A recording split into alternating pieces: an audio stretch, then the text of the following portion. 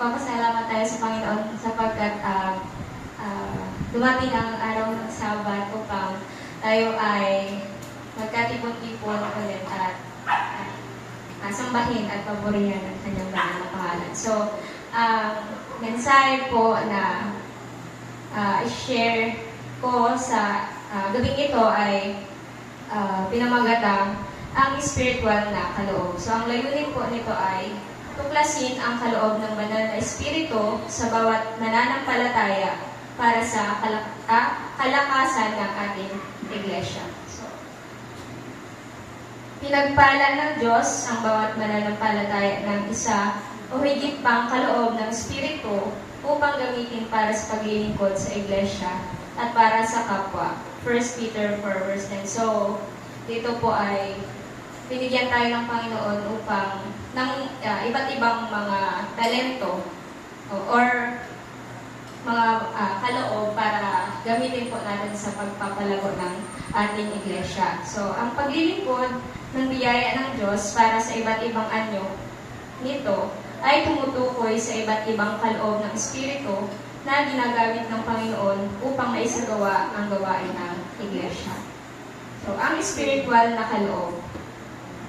Ang spiritual na kaloob ay mga kakayahang ipinagkaloob ng banal na espiritu sa bawat Kristiyano, anuman ang kanyang edad at kultura para sa paglago at pangangaral. So, kahit po magkakaiba-iba tayo ng edad, so talaga may inilaan ang Panginoon para ng mga talento or mga kaloob para sa bawat isa sa atin. So, mayroong 27 spiritual na kaloob na masusumbungan sa bagong tipan na nakatala sa Roma 12 verse 6 to 8, 1 Corinthians 12 verse 4 to 11, at Efeso 4 verse 11 to 14. Gayunpaman, ang halimbawa ni Moses at Daniel sa lumang tipan ang nagpapahiwatig na ang pamamagitan ay isang tanging kaloob na ibinigay ng Diyos sa ilan para sa pagpapala ng ibang tao. So, ang kaloob ay maaaring natugma o hindi ng likas na ng kakayahan lumagawa sa pamamagitan ng edukasyon para sa isang propesyon o kakayahan sa trabaho na umunlad sa lugar ng pinagtatrabahuan. So, may mga unexpected talent. Minsan kasi, hindi natin inaasahan na kaya pala natin gawin yung mga ganung bagay. So, ako, minsan ay akala na ko na dyan lang ko, imaw lang to akong kayang ubra ko, pero ikaw pagali ko kayang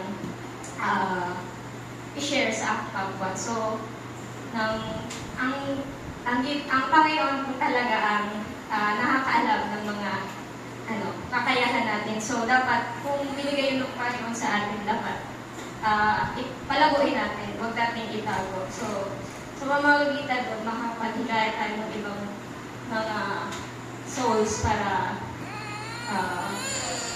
sa ating gawain. So, sa pagpapalago ng ating iglesia. Kung minsan ang banal na espiritu ay nagbibigay ng kaloob na tutugma sa personalidad ng isang tao at kung minsan naman ay hindi tugma. Nakabatay ito sa kagustuhan ng banal na espiritu na gawin ng bawat isa. So, yun nga, minsan hindi talaga tugma sa atin, pero minsan tugma talaga. Layunin ng espiritual na kaloob. Ang mga espiritual na kaloob na ibinigay sa isang tao ay bumubuo ng balangkas para sa kanyang panghabang buhay na pangunahing paglilingkod sa iglesia. Ang fundamental belief number 16 ay nagpapahayag na ibinigay ng Diyos sa lahat na kaanib ng kanyang iglesia sa bawat panahon ang espiritual na kaloob upang gamitin ng bawat kaanib sa kanyang pagkalingang paglilingkod para sa kapakinabagan ng iglesia at ng sangkatauhan. Ang antas ng paggamit ng espiritual na kaloob sa gawain ng Panginoon ay nakabatay sa kanyang pagtatalaga bilang alagad at pagtugon sa tawag ng Diyos. Sa Efeso 4 verse 11 to 13 ay nabibigay sa atin ng mga patnubay para sa paggamit ng ilang mga kaloob. So, ang mga apostol ebanghelista, pastor, at guro ay tanging binigyan ng gawain na inanda ang bayan ng Diyos para sa kanyang gawain. So, may mga naka-assign po ng mga pastors, mga evangelists sa bawat churches or sa bawat simbahan natin upang isagawa ang mga gawain ng Panginoon. So, tayong mga members din po dapat ay may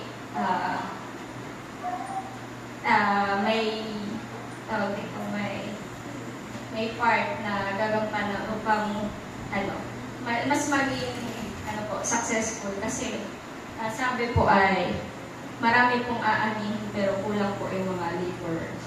So, dapat tayo ay makisangkot po sa gawain ng ating Panginoon.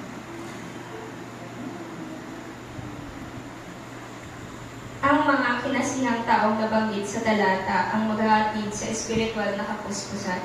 Ang mga kinasihang taong nabanggit sa talata ang sumasalay sa iba para sa paglilingkod at naging dahilan upang sila ay lumago at abutin ang spiritual na kapuspusan.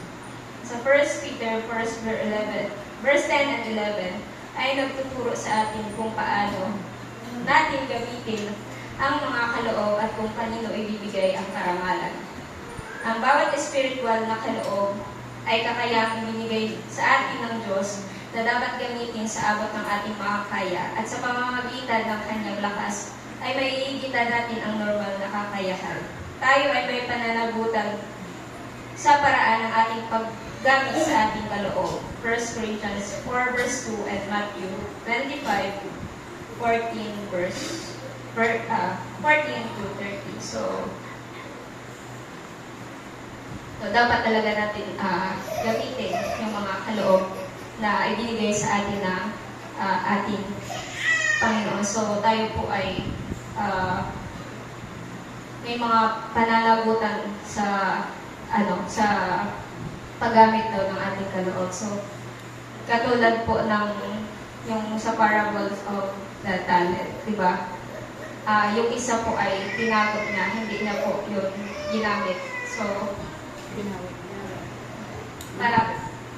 So, yun po ay binawi ng ating Panginoon. So, tayo din po ay dapat gamitin po natin ang ating mga talento or yung mga spiritual na kaloob ng ating Panginoon. Ito po ay lumago at mas marami pa mong mas marami pa po tayong mahikayat or ma-inspire ng mga tao. Yun lang po. So, doon lang po nagtatapos ang ating mensahe ngayong gabi. So, pasensya po kayo dahil this is my first time to speak in front of. So, yun lang po. Amen.